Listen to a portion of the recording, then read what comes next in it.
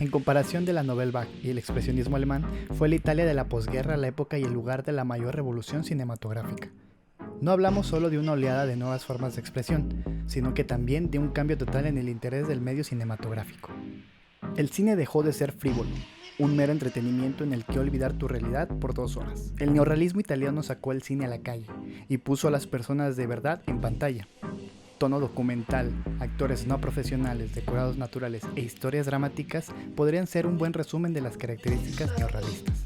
Sin embargo, como en cada buena materia existió un buen maestro, el neorrealismo gozó de muchos. Desde Rossellini y De Sica hasta Pasolini y Fellini, estos son los 20 títulos más imprescindibles de una época en la que el cine y la vida estuvieron más juntos que nunca.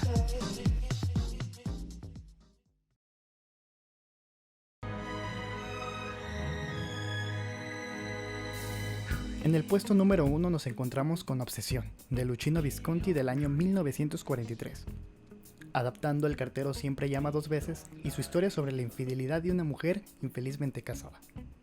Considerada la gran influencia del neorrealismo que se iniciaría con la siguiente película de la lista, fue rodada en plena Guerra Mundial y prohibida por Mussolini por dar una imagen de dudosa procedencia de la Italia contemporánea. Con la muerte del dictador las puertas se abrirían y el cine empezaría a mirar directamente a los lugares más oscuros y reales. Aspetta in sala che te lo porterò io. Buono. Hai a che fare con quel pancione là fuori, tu? È mio marito. Fortunato di avere una donna come te, che cucina così bene. Non sprecarti. Non sono una cuoca io.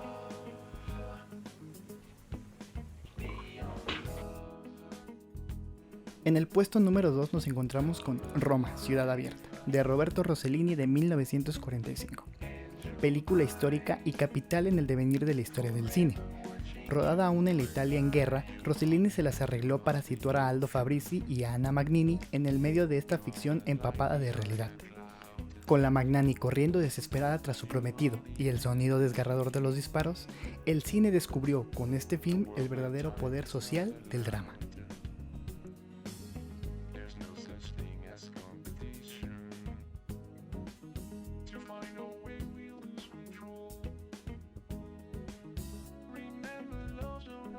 En el puesto número 3 nos encontramos con El limpiabotas, de Vittorio De Sica del año 1946. De Sica consiguió llevar el neorrealismo a un gran éxito de público internacional al situar como protagonistas de las historias a parejas de personas por las que sentimos, de inmediato, un gran apego emocional.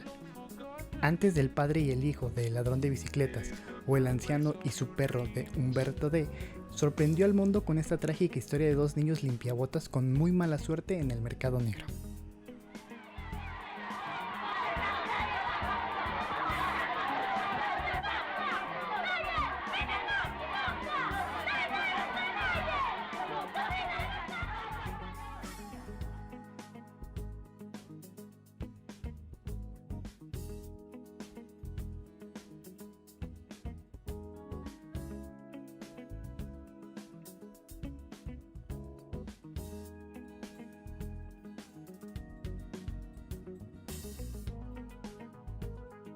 En el puesto número 4 nos volvemos a encontrar con Roberto Rossellini y su película Paisà de 1946.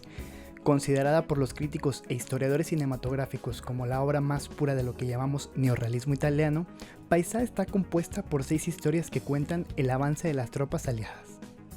Sin actores profesionales y con un guión basado en esbozos, la película consigue capturar todo un acontecimiento histórico en 6 pequeños y singulares momentos.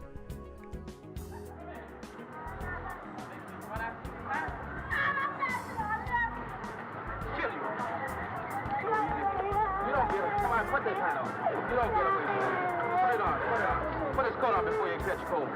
You don't think it's all over, do you? You don't have me running after you, you little rogue. Come on, put it on, put it on, put it on.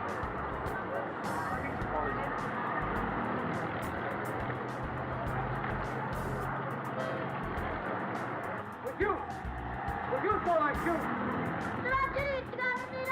Where do you live? Take me to your home. No big car. Come on, sit. Get in.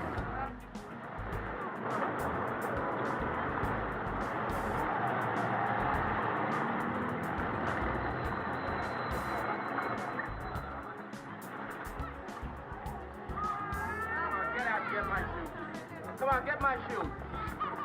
Come on. Run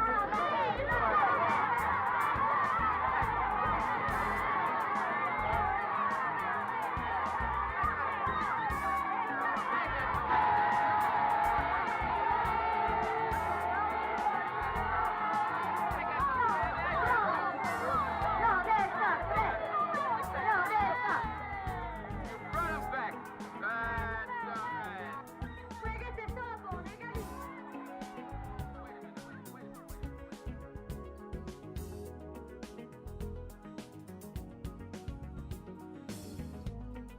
Es así como nos encontramos en el puesto número 5 con La Tierra Tiembla de Luchino Visconti del año 1948.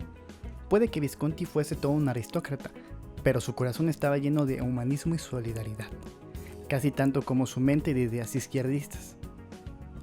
El realizador de Muerte en Venecia nos trasladó hasta la dramática vida de un pueblo pesquero, capturando su rutina con uno que otro giro dramático y una gran belleza pictórica y etnográfica.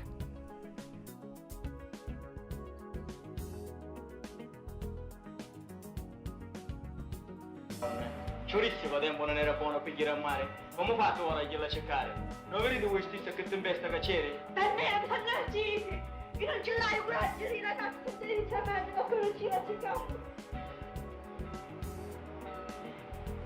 Qui non sapete come sta il cibo.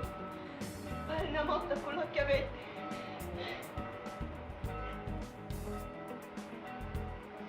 Coraggio, Mare, coraggio. Vediamo che cosa posso fare.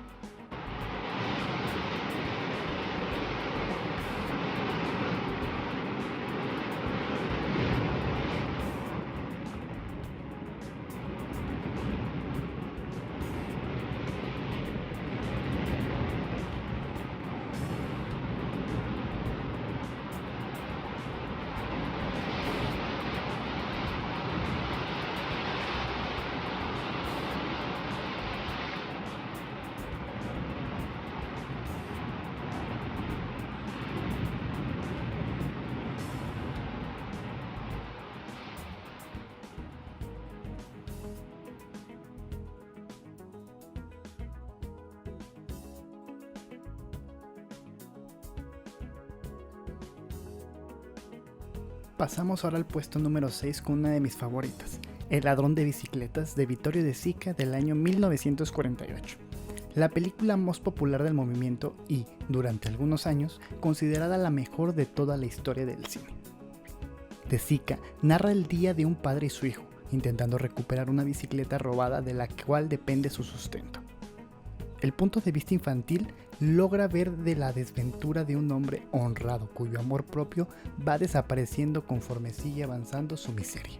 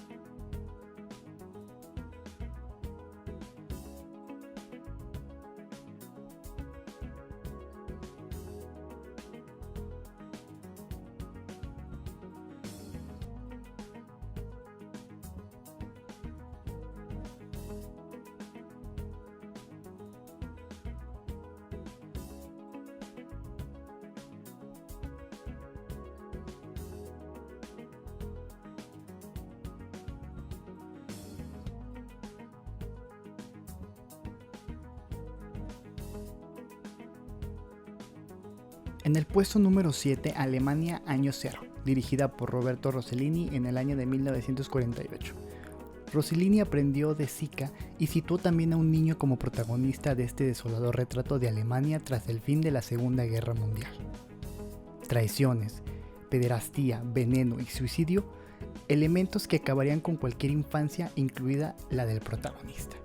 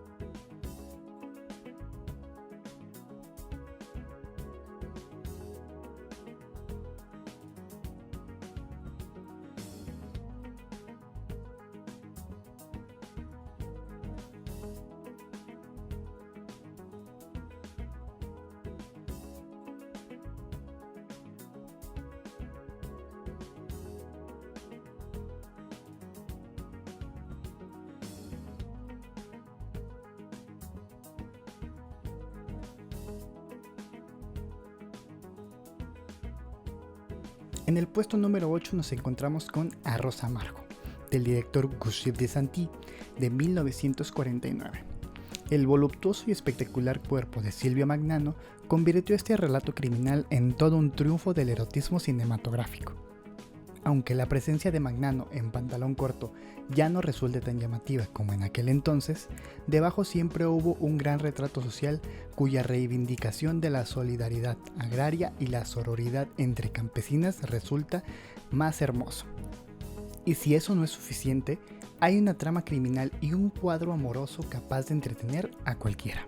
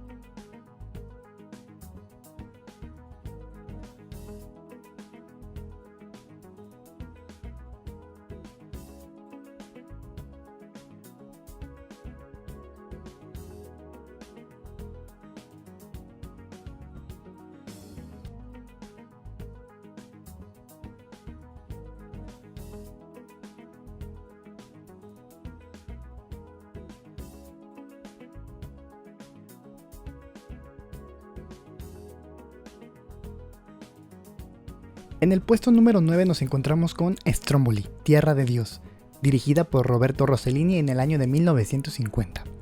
La sonora historia de amor extramatrimonial entre Ingrid Bergman y Rossellini provocó que el cambio que supuso esta película en su filmografía fuera tratado con un gran desprecio por la crítica internacional. Una vez olvidado el elemento cegador del momento, podemos ver claramente cómo el italiano evolucionó su pureza neorrealista inicial, incluyéndola en el melodrama para reinventarlo. Pero, más allá de cambios históricos del séptimo arte, pocas veces hemos visto a una Ingrid Bergman mejor que en este drama romántico sobre una mujer desubicada al llegar a la tierra de su marido, una pequeña y árida isla volcánica que pronto se tornará en una cárcel de paisaje infernal.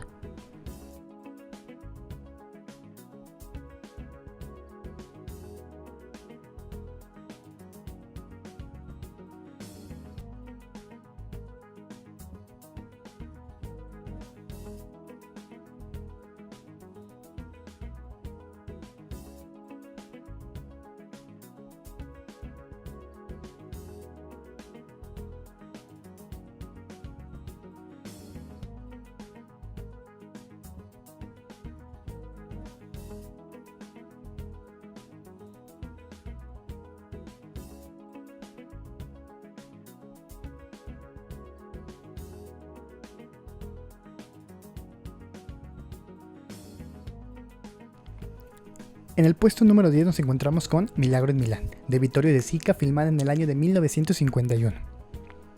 Como Rossellini, Sica también evolucionó sus premisas iniciales. En esta película pasa de neorrealismo a realismo mágico con esta historia sobre unos desfavorecidos que, de nuevo, necesitarán un milagro para salir de su situación. Esta vez, eso sí, el milagro ocurre. Quizás la película más luminosa de todo el movimiento. Greg, Grazie tante. Ma prego. Lei è stato molto gentile. Io non ho parole per ringraziarla. Ma che le dice anche per ridere.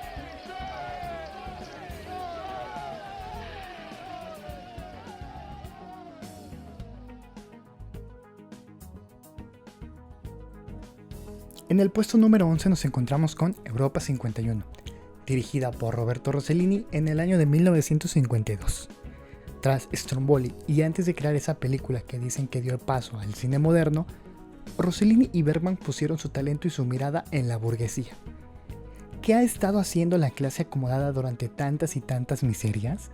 Más importante aún, ¿qué deberían haber estado haciendo? Aquí, Bergman es una madre acomodada que, en shock por el suicidio de su hijo, decide expiar su culpa ayudando a los niños más desfavorecidos, viendo una realidad que ya no le permite mirar para otro lado.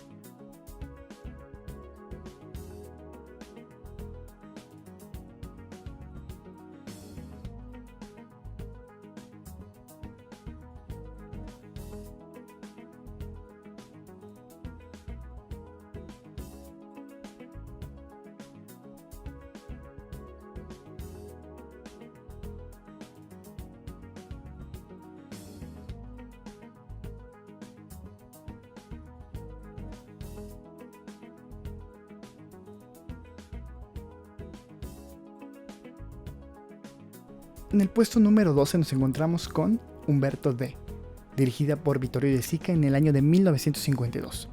Todos sabemos que los niños siempre han tocado la fibra sensible del espectador, pero un perro ya es demasiado. Umberto D tiene al protagonista canino más destacado del séptimo arte, y la historia de su dueño, un anciano arruinado, no puede ser más demoledora. Sin dinero para mantenerlo, ¿será capaz de separarse de él? Si no han visto la película, ya saben cómo describirla.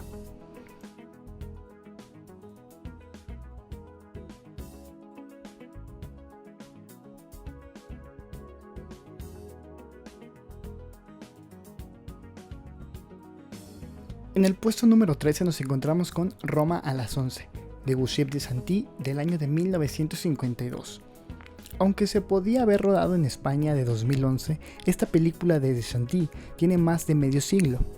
No obstante, no podemos evitar que esta historia sobre cómo centenares y centenares de mujeres se presentan a un precario puesto de secretaria nos resulte muy familiar y muy cercano a la realidad.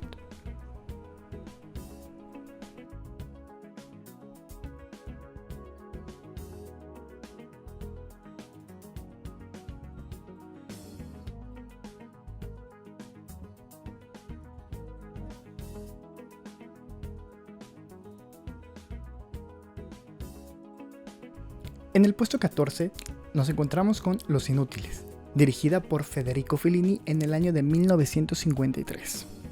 Uno de mis cineastas favoritos, Stanley Kubrick, la situó como su película favorita y, aunque no es de las más conocidas del maestro italiano, no es el único que la reclama como una de las grandes películas de la historia del cine. Fellini nos lleva a un pequeño pueblo costero repleto de gentes humildes y trabajadoras donde destacan 5 jóvenes que, al contrario que el resto de sus vecinos, están decididos a no hacer nada de provecho en la vida.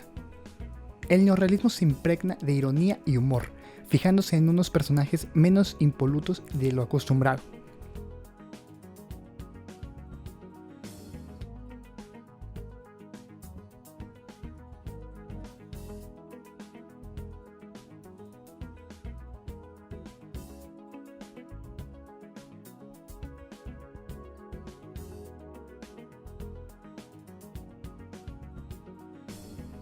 En el puesto número 15 nos recibe La Estrada, dirigida por Federico Fellini en el año de 1954. Aunque podríamos definirla como una historia de amor entre dos pobres artistas ambulantes, La Estrada es algo aún más universal. Giulietta Massina da vida a la inocente y bondadosa Gelsomina, vendida por su madre al violento y duro Zampano, interpretado por Anthony King. Aunque Zampano no es merecedor de su cariño, la fiel y luminosa muchacha consigue revivir el alma de este duro artista errante. La pena, claro, es lo que lo hace cuando ya es demasiado tarde. Cuidado, La Estrada tiene uno de esos finales que te parten el alma en dos. Mucha culpa de ello la tiene la música de Nino Rota.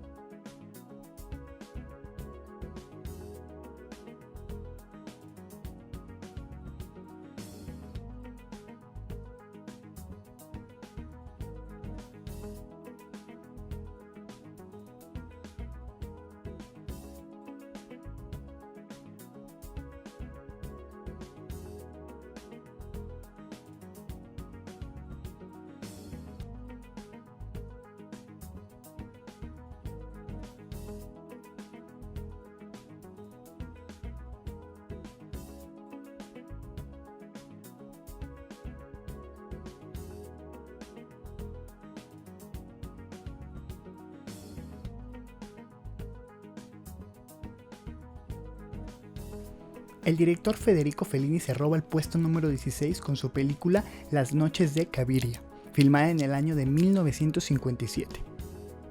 Quizás la mejor escena para definir el neorrealismo feliniano sea la última escena de esta película. Antes de llegar a ella tendremos el amargo placer de disfrutar de esta historia sobre una enamoradiza prostituta engañada por un sinvergüenza.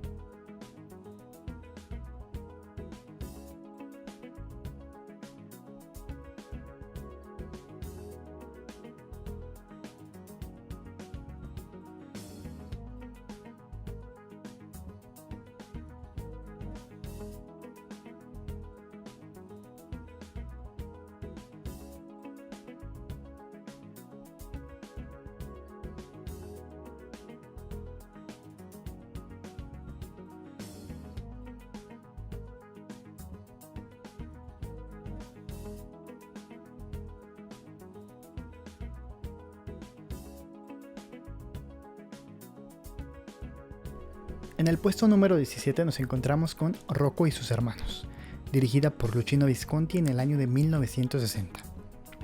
El melodrama ya había inundado el espíritu del neorrealismo en esta obra mayor de Visconti. Sin embargo, la historia de estos 4 hermanos inmigrantes en Milán guarda mucho de esa mirada social que conquistó al mundo una década atrás. Por encima de todo destaca Alain Delon, como boxeador amateur en la que, sin duda, es la película más emocional y completa de un cineasta tan complejo como Luchino Visconti.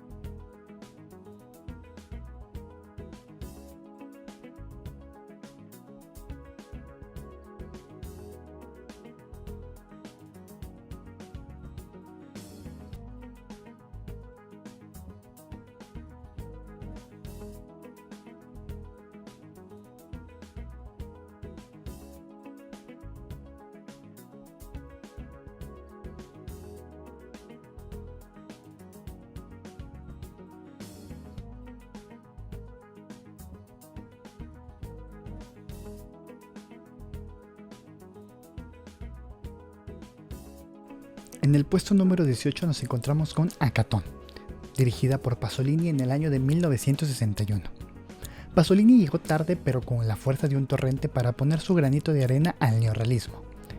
Pero esta vez el protagonista no es un pobre infeliz del que compadecernos.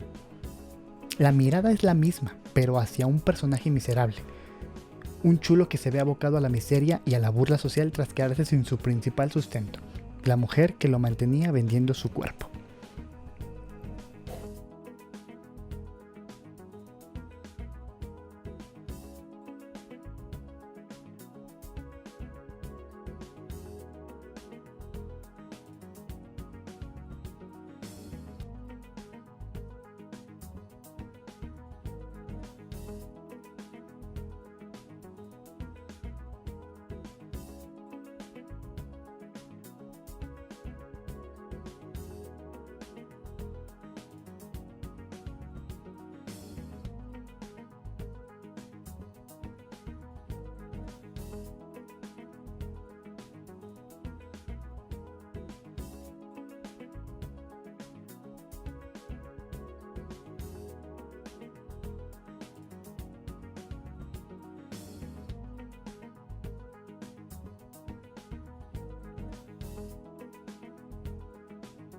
En el puesto 19 y penúltimo nos encontramos con Bandidos de Orgozolo, dirigida por Vittorio De Sitta en el año de 1961. El gran documentalista de cortometrajes Vittorio De Sitta realizó este largometraje sobre las desventuras de unos pastores en la isla de Cerdeña. Aunque su interesante obra se compone en su mayoría de grandes cortometrajes, este largo debería ser más recordado de lo que es. Aunque siempre nos acordaremos más del otro Vittorio, esta película es, para muchos, el último ejemplo del neorrealismo más puro.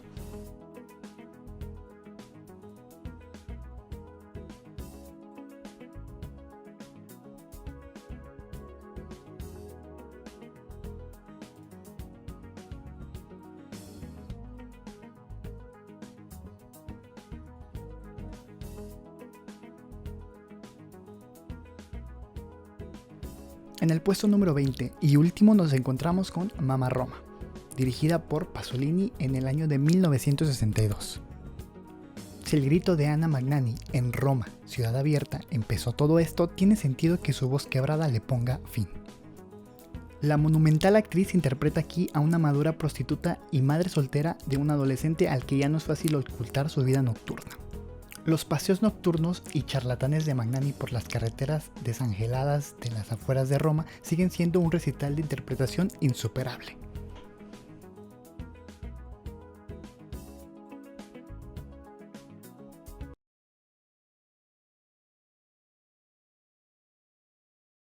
Después del cine bélico del neorrealismo italiano, en Francia surgió alrededor de los años 60 la llamada Nouvelle Vague, o Nueva Ola Francesa, identificable por sus temáticas sociales y rupturistas que favoraban la experimentación. A continuación, una lista de las películas más importantes del movimiento. En el puesto número 1 tenemos Los 400 golpes, del director François Truffaut, filmada en el año 1959. Ese plano final en el que la imagen se congela ante la mirada directa del debutante Jean-Pierre Lot cambió el cine para siempre. Truffaut contó una historia semi-autobiográfica con una frescura y sensibilidad inusitadas y, de pronto, parecía que el cine era 20 años más joven.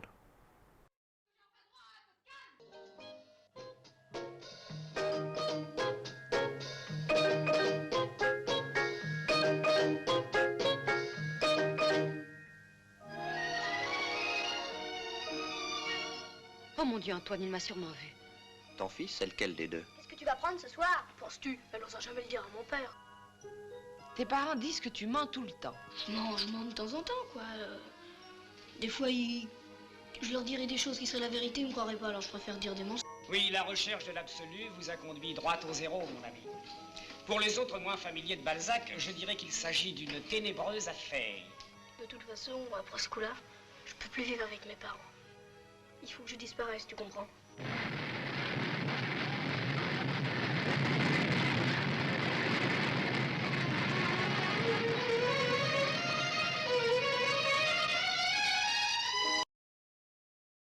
En el puesto número 2 tenemos Al final de la escapada, del director Jean-Luc Godard, filmada en el año 1959. Los principales rasgos estilísticos de este movimiento se pueden comprobar al completo en la frenética y mítica ópera prima de Godard. El cine negro se transforma en un relato de espacio inconexo, lleno de saltos de eje y cortes dentro de plano. Si hay que definir la Nouvelle Vague en una frase, nadie dudará en acordarse de ese «Qu'est-ce que c'est dégueulasse» que John Seberg le preguntaba a los espectadores a través de la cámara. En el puesto número 3 tenemos Hiroshima Mon Amour, del director Alain Resnais, filmada en el año 1959. El cine de Resnais nunca fue fácil de categorizar, pero es evidente que este drama romántico de profundo corte psicológico y sensual fue igual de revolucionario que las dos películas anteriores. Si algo nos regaló el cine de esta época es el abandono de la claridad de la historia en pos de una búsqueda más directa de los sentimientos a través de las formas. Aquí nos capuzamos en el subconsciente emocional y sensual de Emmanuel Riva. El resultado no podría ser otro que un mítico filme con guión de Marguerite Duras y uno de los títulos de película más sorprendentemente bonitos del cine.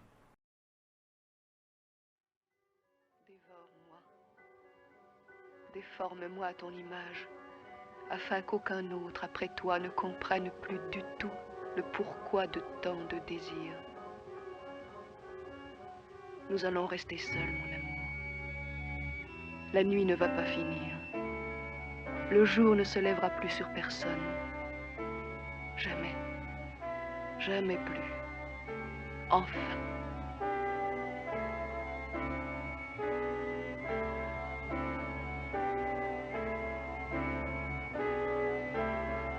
Tu me tues encore.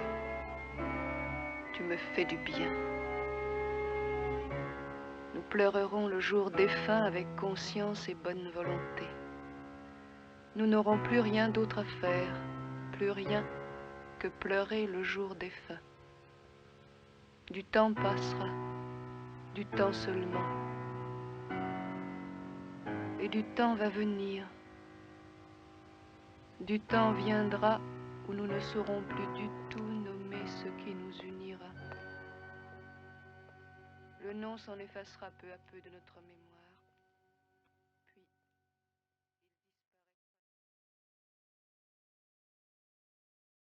En el puesto número 4 tenemos Una mujer es una mujer, del director Jean-Luc Godard, filmada en el año 1961. Godard siguió reinventando los géneros americanos que tanto amaba de la mano de su esposa y musa, Anna Karina. El rostro por excelencia de la Nouvelle Vague es aquí una mujer entre dos hombres en un título que juega con los cambios de color, formato e impresiones de texto mientras retuerce las tramas de la comedia, el musical y el triángulo amoroso.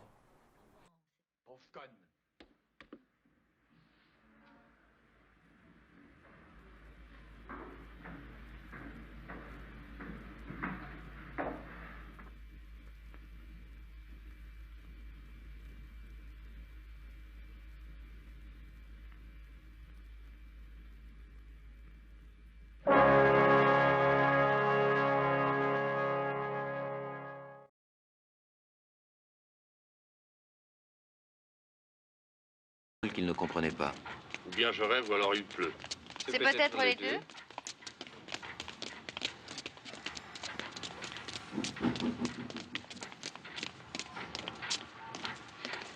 Alors s'il pleut, partons au bord de la mer. On part demain. En el puesto número 5 tenemos Jules y Jim, del director François Truffaut, filmada en el año 1961. Pero para Triángulo Amoroso, el formado por John Murrow, Werner y Serre, en este mítico título de Truffaut. Puede que no fuese tan experimentador como Godard, pero en cada obra de Truffaut hay unos detalles por la vida, la alegría y el puro amor a las imágenes que hace que esta historia de amistad y amor esté viva.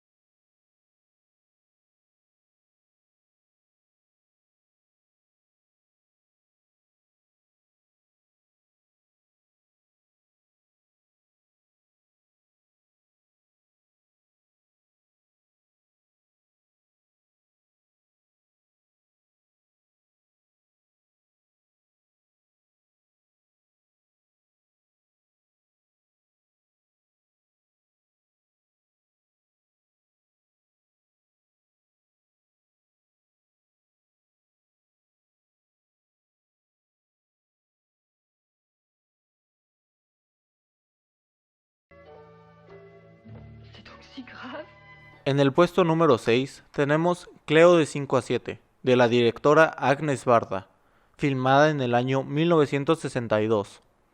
No nos podemos olvidar de Varda, otra que poco tenía que ver con los críticos de Cahiers, pero que se ganó el título de la abuela de la Nouvelle Vague. Más allá de etiquetas, hablamos de una cineasta descomunal que combinaba como nadie la lucha social y feminista más comprometida con el humanismo y la bondad más arrebatadora. Digamos que ambos lados de su personalidad son los que componen esta película en tiempo real, sobre la presión y aislamiento que sufre una cantante.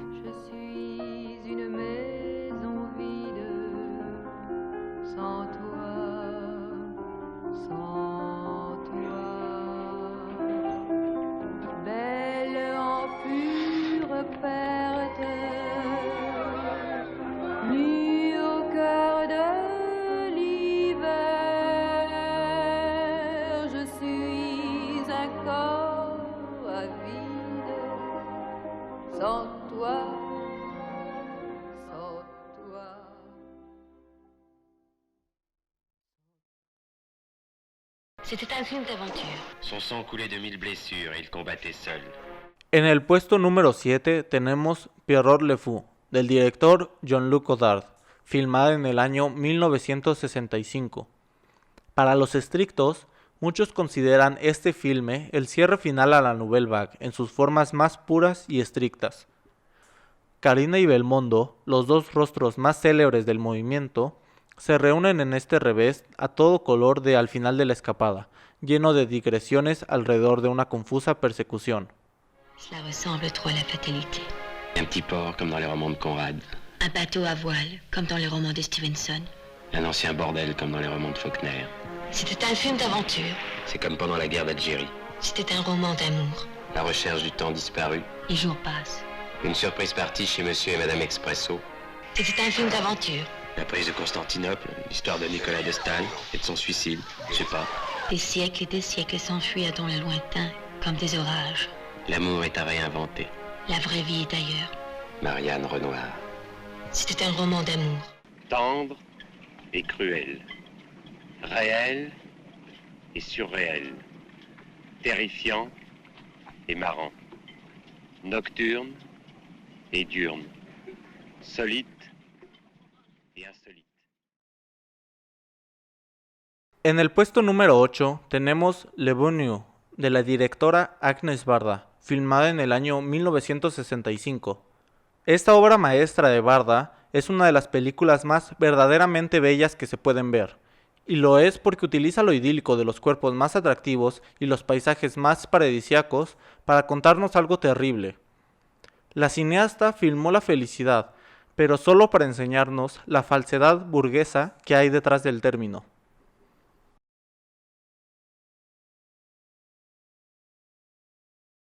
En el puesto número 9 tenemos La coleccionista, del director Eric Rohmer, filmada en el año 1967. Rohmer continúa su exploración sexual de los jóvenes en época estival, con este relato sobre un hombre que pasa el verano alejado de su pareja, sin más propósito que relajarse. Sin embargo, su cercanía con la bella y promiscua Eide hará que sus pensamientos sobrevuelen territorios más arriesgados y atractivos. Si on l'aime, on transforme automatiquement sa laideur en beauté. Moi, si je trouve quelqu'un laid, il n'a pas de grâce. Plus rien n'est possible. C'est terminé tout de suite. Terminé pour quoi faire?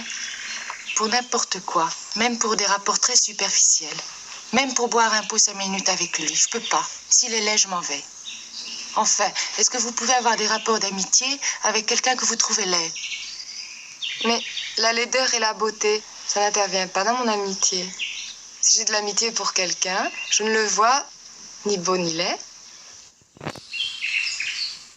De l'amitié, on n'en a pas dans les 5 minutes. Il faut se revoir plusieurs fois, non? Comment vous faites pour voir plusieurs fois une personne que vous trouvez laide? Moi, je prends la fuite. C'est pas possible. Il n'est pas question de laideur.